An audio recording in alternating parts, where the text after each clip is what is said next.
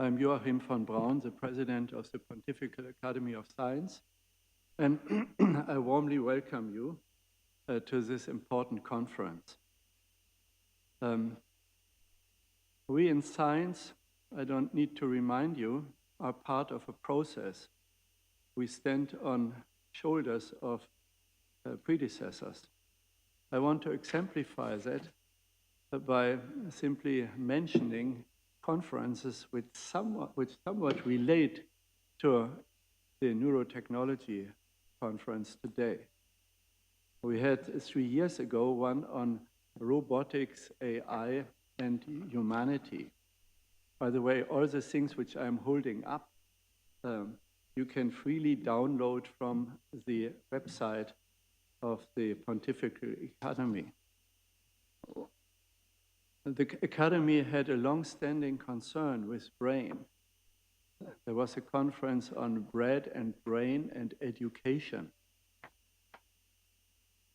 We had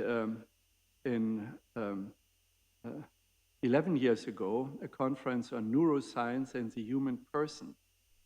That already had deep involvement by you, Stanislav, and you, Wolf, who pioneered this work here at the Academy.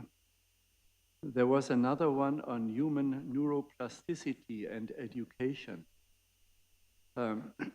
Earlier on, there was a conference on the educated brain. There was also in 1964 a conference on cerveau et expérience consciente. In those days, our covers looked more humble. We had a conference also by Otto Kreuzfeld and John Eccles on the principles of design and operation of the brain. The popes took interest in these conferences. I will put all these things on the table for your reading. There was an important address in 1964 by Pope St. Paul VI, addressing our academy on the subject brain and conscious experience. Brain and conscious experience, 1964. We have changed too. Gabriella was kind enough to put a photo from those days.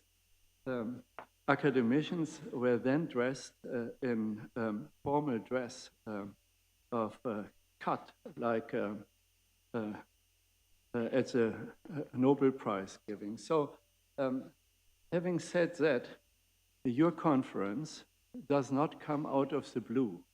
It's part of a process, an important process, that will have to continue. There are obviously opportunities in neuroscience.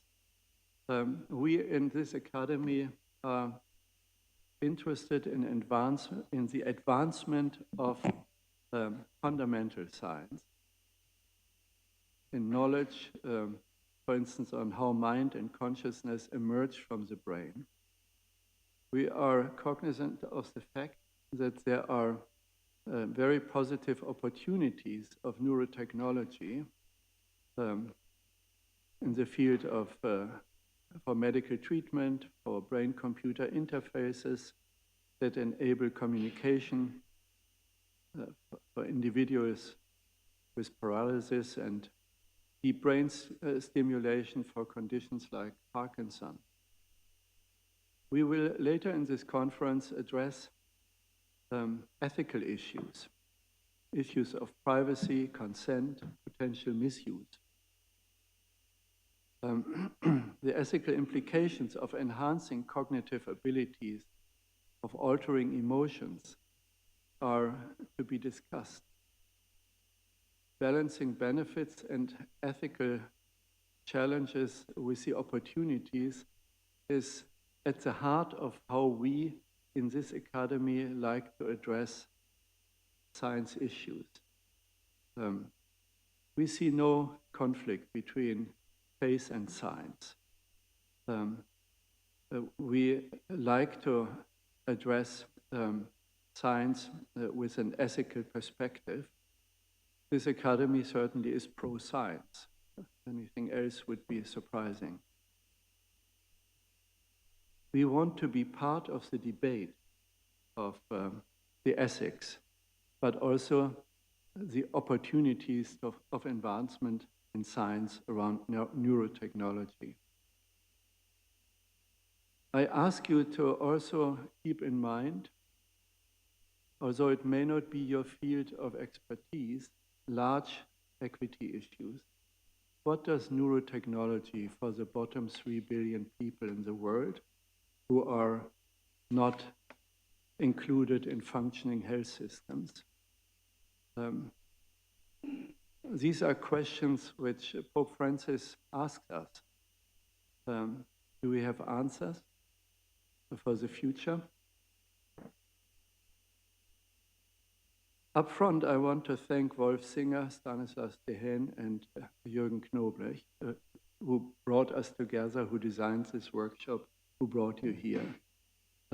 Of course, I thank all speakers, and those of you who will engage in the debate, all of you will do so. Let me mention a few practical issues before handing over to you, Cardinal Turkson, our Chancellor. We like to get something out of conferences for the informed public and for the science community and for the leadership of the Vatican, meaning the Pope. That means all our conferences conclude with a statement. The broad outlines of such statement we like to have discussed while you are still here. It doesn't need to be completely written up. Can be edited in the week after. So that rests with the 3 coordinators and organizers of the workshop, but all of you, I ask, get involved in the statement. That should have recommendations in which direction science should move. That should have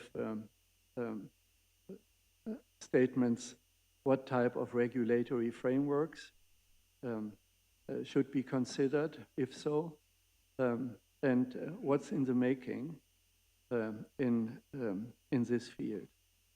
Secondly, there is a sinister thought why we put this book on your desk. We like to publish books.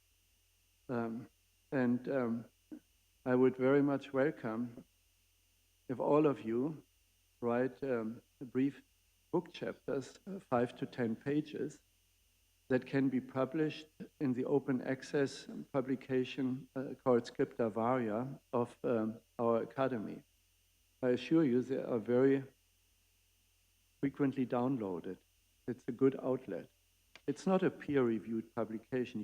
You are peers among yourselves and the co-editors, the 3 colleagues who organize this conference, would look to the quality standards in the volume. I know that you will not deliver something before Christmas, but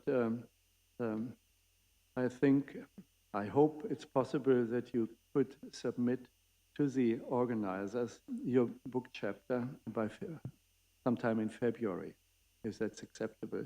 But I leave that up to you, Wolf, and your colleagues to manage that. Anyway, let me thereby conclude my opening remarks. Welcome the additional colleagues who just came. You didn't miss anything, only a brief opening by the president of the academy, and I now like to ask our Chancellor, Cardinal Turkson, to make a few opening remarks before I hand over to Wolf Singer.